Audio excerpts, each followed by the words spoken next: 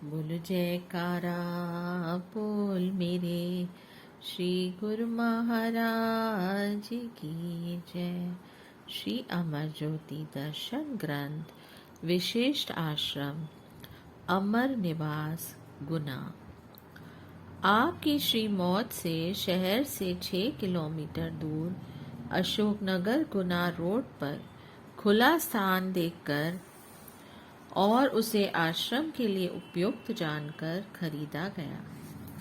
इस स्थान को श्री आनंदपुर से श्री प्रयागधाम तथा श्री प्रयागधाम से श्री आनंदपुर के मार्ग में सुखपूर्वक यात्रा के समय बस एवं ट्रकों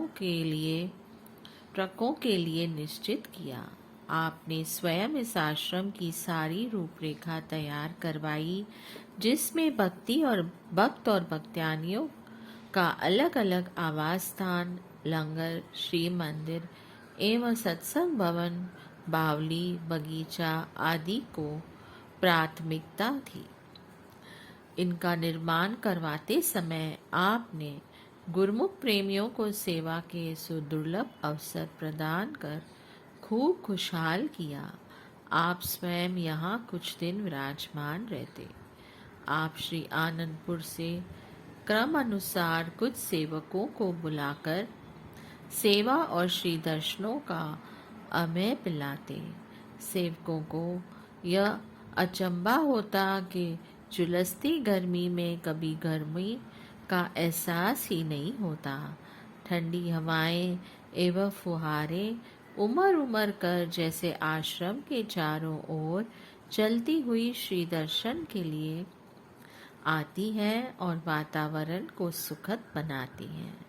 महाप्रभु जी भी अत्यधिक समय बाहर श्री सेवा पर श्री दर्शन देते। पुराने समय में श्री आनंदपुर की कठिनाइयों का इतिहास सुनाते। गुरु भक्ति पथ पर दृढ़ विश्वास, अतुल श्रद्धा से त्याग और वैराग्य की महिमा सुनाते। श्री मंदिर जी की नींव निज कमलों से रखकर आपने इसके शीघ्र निर्माण का आदेश दिया। गुरुमुख जन पूर्ण उत्साह और श्रद्धा से सेवा कार्य में जुट गए। आप भी वहां समीप ही कुर्सी पर विराजमान हो गए। अत्यधिक गर्मी के कारण महात्मा ज्ञान श्रद्धानंद जी अंदर से छाता लाकर आपके ऊपर खोलकर खड़े हो गए। आपने फरमाया, पहले इन सब गुरुमुखों के लिए छाते लाओ, तो धूप में खड़े होकर सेवा कर रहे हैं। अभी आपने ये वचन किए ही न थे कि एकदम ही आकाश में बादल छा गए। महात्मा जी ने विनय की कि श्री गुरुमा जी ने सबके लिए ही छाते का प्रबंध कर दिया है। उस दिन रात्रि समय श्री दर्शन खुले।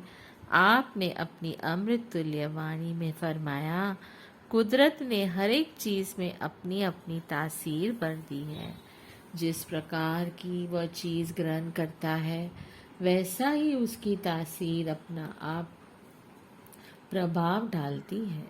गरम चीज की तासीर गरम और ठंडी चीज की तासीर ठंडी होती है।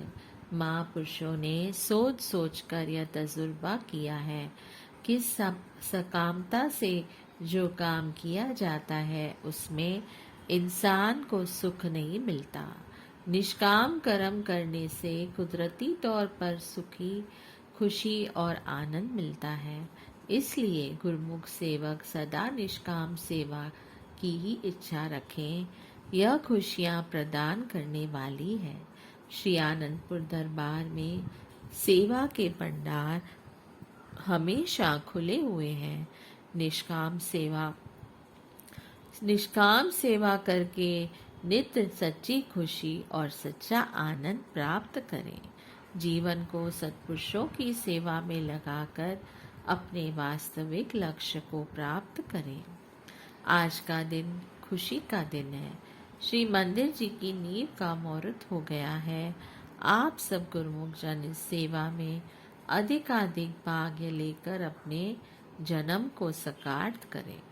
इस प्रकार अन्य आश्रमों में विराजमान होकर परमार्थ के कार्य में कई नगरों में जाकर श्री दर्शन और सत्संग का स्वर्णासर प्रदान करते और गुना अमर निवास में भी वर्ष में 1-2 बार अवश्य ही आकर ठहरते। अतः इसके निर्माण के मध्य एक बार रात्रि श्री दर्शन के समय महात्मा अनंत योगानंद जी सत्संग प्रवचनों में एक प्रसंग सुनाते हुए कहने लगे, पाकिस्तान में रहने वाले गुरमुख भक्त जी का अपना व्यवसाय है। उनकी वहाँ कपड़े की दुकान है। वह प्रतिदिन नित्य नियम से दुकान पर काम आरंभ करने से पहले श्री आरती पूजा करते हैं। जब तक श्री आरती पूजा न हो जाए तब तक किसी ग्राहक को सामान नहीं बेचते। उनका ऐसा नियम कई वर्षों से चला आ रहा है। अपने इसी नियम अनुसार उन्होंने एक दिन दुकान खोली।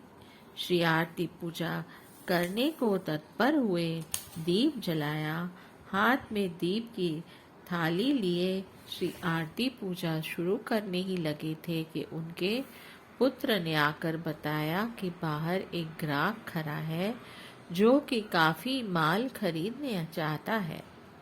श्री आरती पूजा अभी आरंभ नहीं हुई थी, इसलिए उसके पिताजी ने कहा कि पहले ग्राहक को सौदा दे दिया जाए, उसके पश्चात श्री आरती कर लेंगे।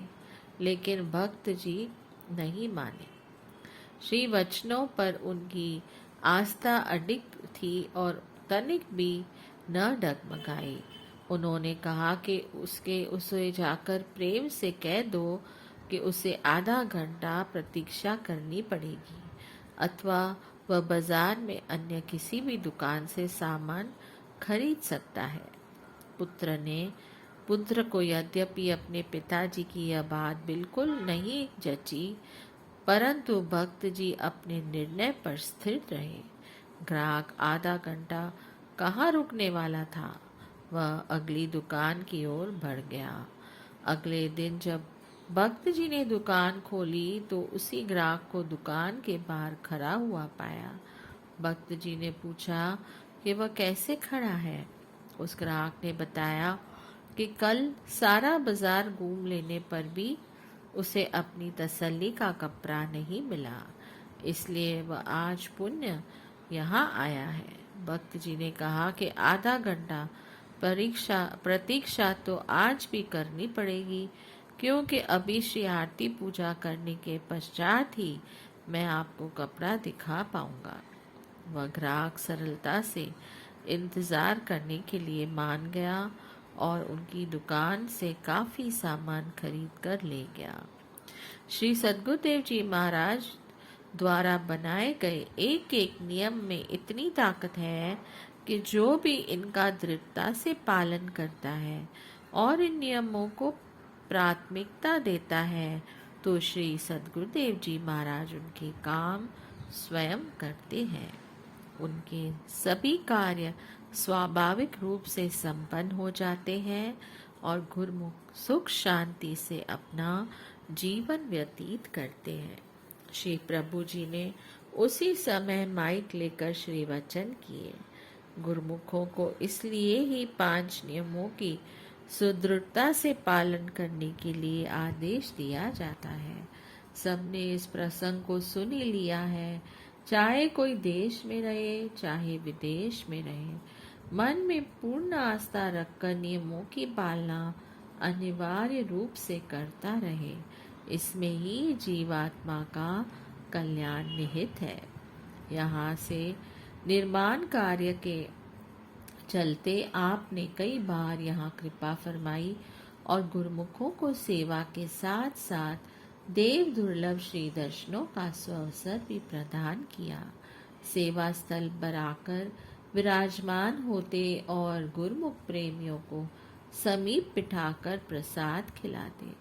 सेवकों की सारी थकान पल भर में ही गायब हो जाती। श्री दर्शनों से एक नई स्फूर्ति भर जाती और पुनः जी जान से सेवा करने लगते। उन दिनों श्री मंदिर जी का सेवा कार्य चल रहा था। गुरुमुख जन तन बदन की होश बुलाए सेवा में विविघ्न थे। उन्हें इस प्रकार सेवा करते हुए देख महाप्रभु जी अत्यंत प्रसन्न हुए। सबको पास बिठाकर फरमाने लगे, जिस प्रकार सूर्य की एक किरण हर स्थान को रोशन कर देती है, अंधकार वहां से स्वतः ही पलायन कर जाता है, इसी प्रकार श्री परमहंस दयाल जी ज्ञान और भक्ति के जाज्वल्यमान भास्कर हैं। उन्होंने जो सेवा की रचना रचाई है, उसकी लगन और भक्ति के प्रताप से उजाला फैलता है और अंधकार दूर चला जाता है। यहाँ अमर निवास में श्री परमहंस अद्वैत मंदिर की सेवा कार्य चल रहा है। इस सेवा से प्रेमी जिज्ञासुओं को सच्चा धन और सच्ची खुशी मिलेगी।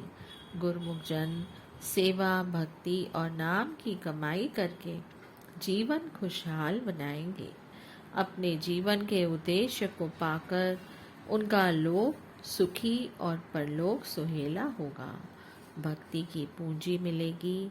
जब तक यह सृष्टि रहेगी, भक्ति परमार्थ का सिलसिला चलता रहेगा। गुरुमुख जन महापुरुषों की आज्ञा अनुसार सेवा करते हुए लाभ उठाते रहेंगे। आपकी अपार कृपा से बहुत जल्द ही श्री मंदिर जी का निर्माण कार्य संपूर्ण हो गया। सेवकों की सेवा रंग लाई। सबकी प्रसन्नता का कोई पारावार न था। इसके शुभ मुहूर्त की घड़ियां भी समीप आ गईं। श्री मंदिर जी को रंग बिरंगी लड़ियों और सुगंधित पुष्पों से खूब सजाया गया। बिजली की टिमटिमाती लड़ियों से श्री मंदिर जी की शोभा अद्वितीय लग रही थी। श्री मंदिर जी का हर कोना व हर चुकूचा अनूठी आभा से जगमगा रहा था। दिनांक 28 नवंबर सन 1993 को महाप्रभु जी ने इसका शुभ उद्घाटन करते हुए रिबन काटा। श्री परमहंस मान विभूतियों के पावन स्वरूप दिव्य सिंहासन पर विराजमान किए। हार पीताम्बर पहनाए, मस्तक पर केसर तिलक लगाया। श्री आरती पूजा का कार्यक्रम हुआ। तत्पश्चात पावन वचनों का अमृत वृष्टि करते हुए फरमाया, आज 28 नवंबर का दिन है। आज के दिन श्री परमहंस अद्वैत मंदिर अमर निवास का मुहूर्त हो रहा है, जिसकी सब गुरुमुखों को मुबारकबाद हो। महापुरुष गुरुमुखों की शुभकामनाओं से शुभ कार्य करते हैं। जब जब गुरुमुखों के दिल में ऐसी शुभकामनाएं व पवित्र ख्याल उठते हैं, तब ऐसे स्थान बनते हैं। आप देखते हैं कि श्री आनंदपुर में नित्य नए मुहूर्त होते हैं और गुरुमुखों को सेवा मिलती है। यह कितनी खुशकिस्मती है कि जो गुरुमुख दरबार की सेवा करके लाभ प्राप्त करते रहते हैं, जिसमें सच्ची खुशी भरी हुई है। आम दुनियादार जीवन भर में एक मकान का मुहूर्त करता है। जब दुनिया से कूच कर जाता है तो यह आशा रह जाती है कि इसे आगे बच्चे प्रयोग में लाएंगे। अंतिम समय सुरती परिवार में रह गई तो निम्न योनियों में भटकना पड़ेगा। गुरुमुख नित्य नए मुहूर्त और नित्य नई सेवा में समय व्यतीत करते हैं, जिससे नित्य नई खुशी और नित्य नया उत्साह मिलता है।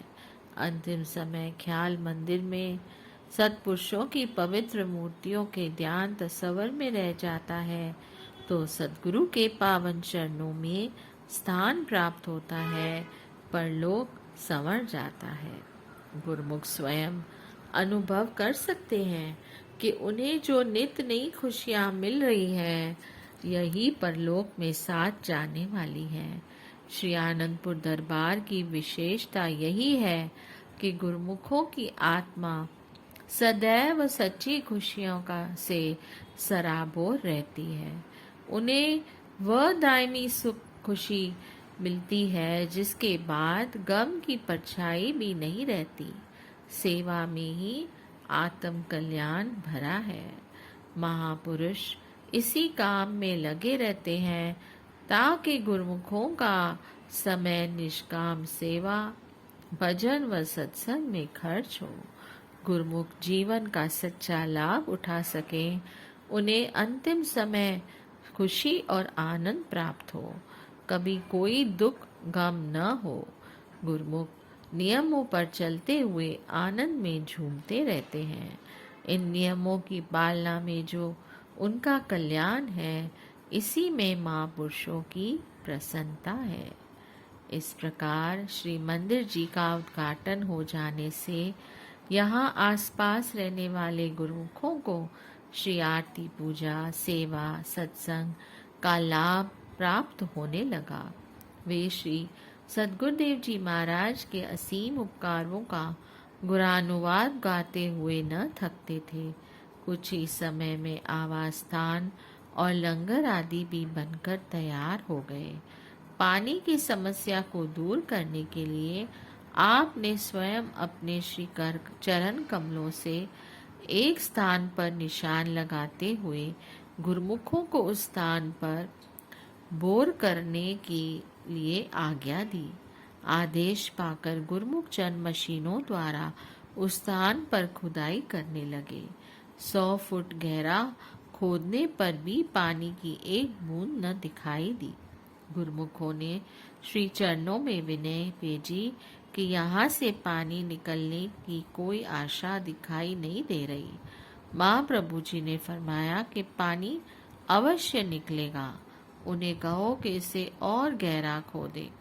पुण्य 100 फुट और गहरा खोदने पर भी जब पानी नहीं निकला तो सेवक जन कुछ निराश हो गए। पुण्य श्री चरणों में विनती की गई।